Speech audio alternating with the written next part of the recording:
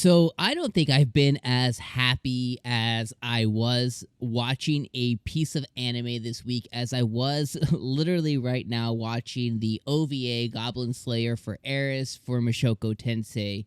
And I was really struggling, y'all, on like, how do I start today's video? Like, honestly, there was at least 4 or 5 different points within this episode that I was like, okay, that's going to be my start, or that's going to be my start, or this is what I'm going to talk about first. And I still am trying to like really gather my thoughts after just coming fresh off of watching the Goblin Slayer episode of Mushoku Tensei.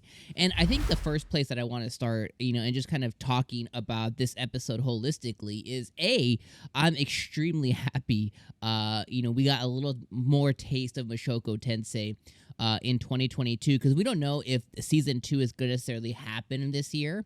The season 2 may not happen until I think as soon as probably wintertime. More than likely, we're going to see it sometime in 2023. But while watching this, it just completely reminds me of how special Mushoku Tensei really is.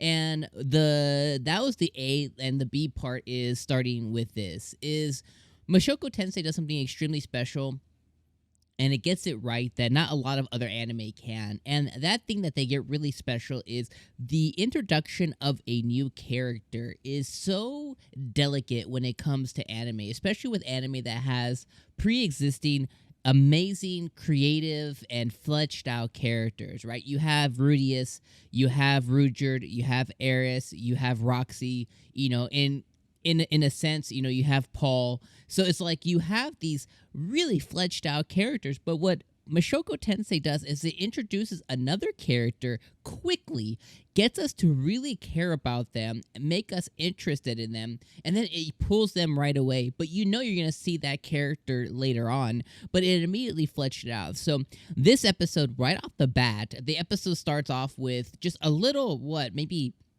90-second montage of taking us through the inception, the birth, I guess you could say, of this character named Cliff. And it shows us that he was basically groomed and plucked by, I guess, like a pope or something of Millis. He was groomed and plucked and made into this mage and these teachings. And he is now in a position to where he's basically like a peon of a pope, and he thinks of himself highly based on the things that has happened to him in the past. He then begins to gleam and look upon adventures within Millis and say, hey, I want to do that. I want to go do that. And I got that on like that segment there, I got that out of like 90 seconds, which is just insane. And then we transition into actually meeting Cliff and seeing him and getting a taste of his personality and understanding kind of like who he is and why he feels so esteemed, because people have probably been like, ooh, Cliff, you're fantastic, and that's blown up his head. And then he meets somebody like Eris, and his world gets turned upside down, probably for the better, to be 100% honest. So we have all of that, right? Then you have Eris this episode, and we get kind of her going through all the emotions, her finally going on her first, just on a day by herself, seeing how the ins and outs of Millis work, seeing the adventure, seeing how the people of Millis treat demons, and then deciding that she wants to go and do something on her own. She decides to go and do the goblin quest, where she goes and accepts it from the Adventure Guild.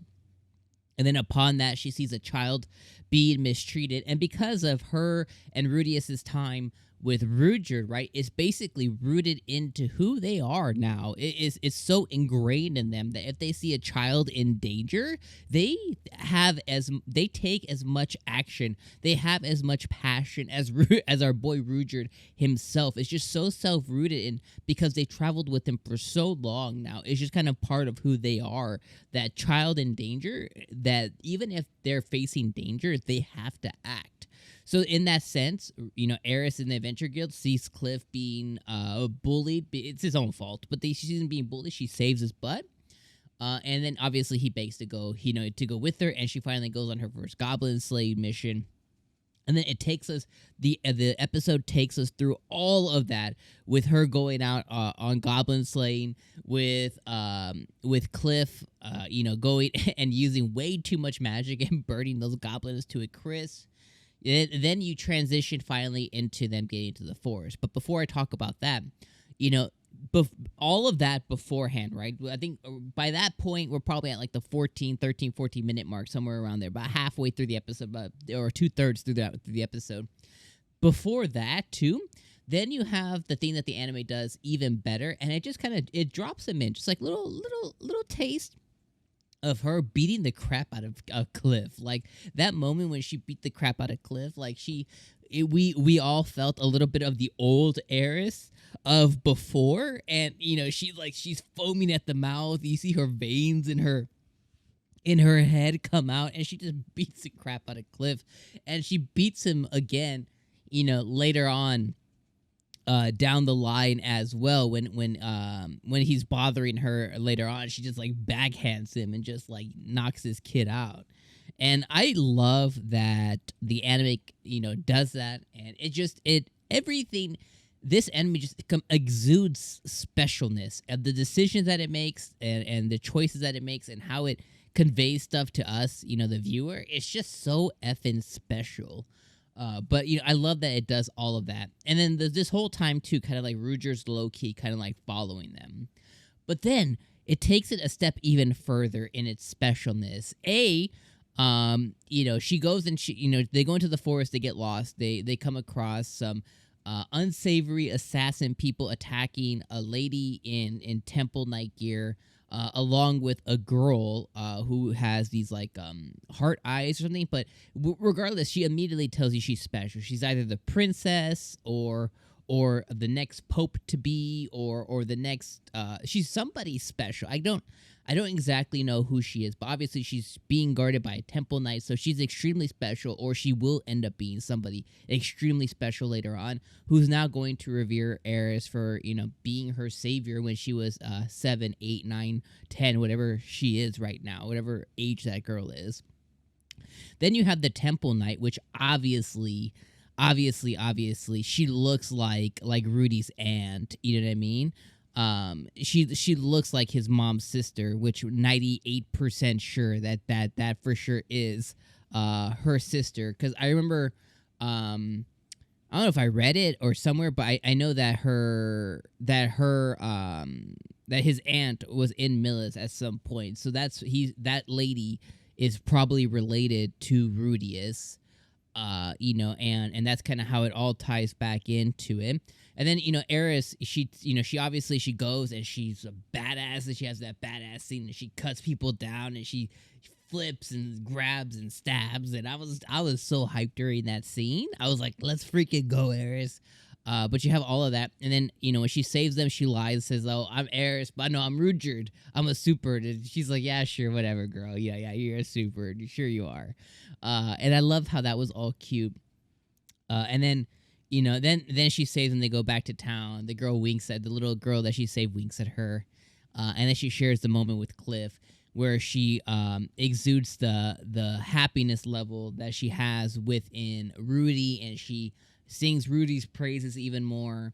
And she talks about how he's like a same class mage, and he can do wordless casting and all this stuff, right?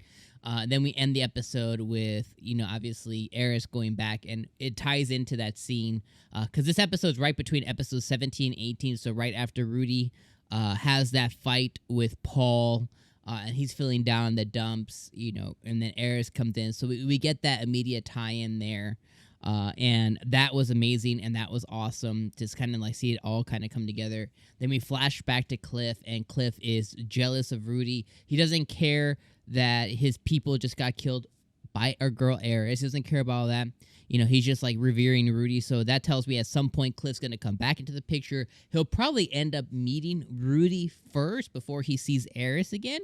And then he'll be like, you're that guy. And then it's going to go one, two ways. He's either they're not going to get along, and they're going to like butt heads in battle or some way, or Rudy is going to help him in some way, shape, or form become a better mage.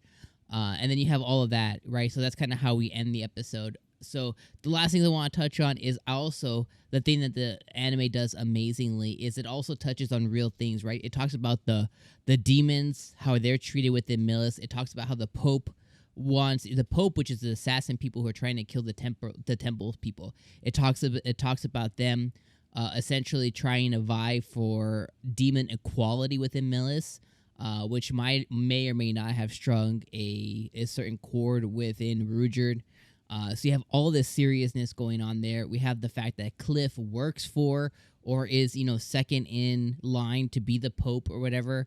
And he works for those people who were assassins of the people. So he works for them. His tutors got killed and everything. And then you have the opposite side, which is the Temple Knight stuff. So it's all rooted in seriousness. And even though they've left Millis at this point, it tells us a way that, hey, maybe ERIS will come back to that, or maybe Rudy will come back to Millis and something's going to happen there. But it kind of shows us indications of what could be as we go into season 2 in the future, and some of the serious undertones of what's going on within the world. And I love it. And that's where we end, and that's where I'll end. And I can't wait for season 2. If you guys could do me the huge favor and honor, make sure you guys check out, I'll put it over there.